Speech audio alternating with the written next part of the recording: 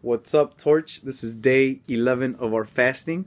And if you've been doing it with us for these 11 days, if you've been doing the Daniel fast, partial fast, half day fast, whatever you've been doing, the sacrifice that you've been putting in, I pray that God is going to do something in your life, something great in your spiritual walk with Him.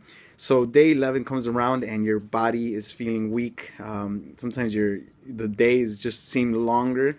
You need the calories, you need the energy. Your body requires it. Your body needs it. It feeds off of it. It gives it the energy to move on and get through work. That's why a lot of us go out to lunch real quick and pick up a burger or tacos or salad or something, even coffee for that matter. Your body needs it.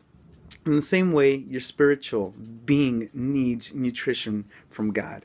Most of our spiritual beings are starving. They haven't been fed the Word of God. They haven't been fed through prayer. They haven't been fed through spending time in God's presence. So I just wanted to interrupt the halfway mark to our 21-day fast and just remind us all that, during these times, this is what we're doing. We're feeding our spiritual being so that when the fast is over, he doesn't starve for another. It doesn't. Our spiritual being doesn't starve for another year until we do it again.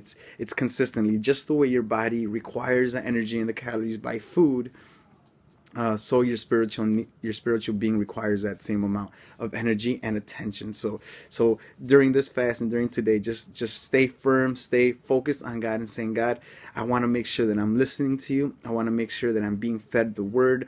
I'm getting on a devotional plan. I'm reading the Bible more. I'm being fed by you. I'm listening to preachings and just wanting to be fed by God, not anything else. Okay, so hope you guys are having fun and hang in there, and we'll see you guys soon.